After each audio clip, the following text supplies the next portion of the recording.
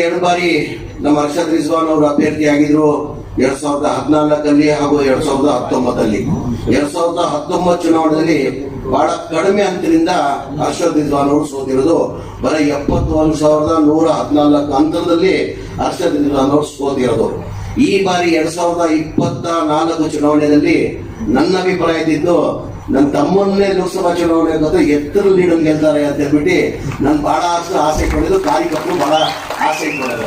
ಕೊನೆಗೆ ರಿಜ್ವಾನ್ ಅವರು ಬೇಡ ಅಂದ್ರು. ಆಮೇಲೆ ನನ್ಗೂ ಎಲ್ಲ ಒಂದ್ ಕಡೆ MLA ಆಗಿ ಒಳ್ಳೆ ಕೆಲಸ ಮಾಡ್ತಾ ಇದ್ದಾರೆ, ಅವ್ರು MLA ಆಗಿ ಮುಂದುವರಿಸಲಿ ಅಂತ ನಾವೆಲ್ಲ ತೀರ್ಮಾನ ಮಾಡಿ, ಕೊನೆಗೆ ಯಾರು ಅಭ್ಯರ್ಥಿ ಮಾಡ್ಬೇಕಂತ ಒಂದ್ ಪಕ್ಷದಲ್ಲಿ ತೀರ್ಮಾನ ಮಾಡಿ, ಕೊನೆಗೆ ನಮ್ಮ ಹೈಕಮಾಂಡ್ ಅವರು, ರಾಹುಲ್ ಗಾಂಧಿ ಅವರು, ಮಲ್ಲಿಕಾರ್ಜುನ ಖರ್ಗೆ ಅವರು, ವೇಣುಗೋಪಾಲ್ ಅವರು ಎಲ್ಲ ಸೇರಿ ನಮ್ಮ ನಾಯಕರಾದಂತಹ ಸಿದ್ದರಾಮಯ್ಯ ಅವರು, ಆಮೇಲೆ DK ಶಿವಕುಮಾರ್ ಸೂಕ್ತ ಅಭ್ಯರ್ಥಿ ಅಂದ್ರೆ ಮನ್ಸೂರ್ ಅಲಿ ಖಾನ್ ಅಂತ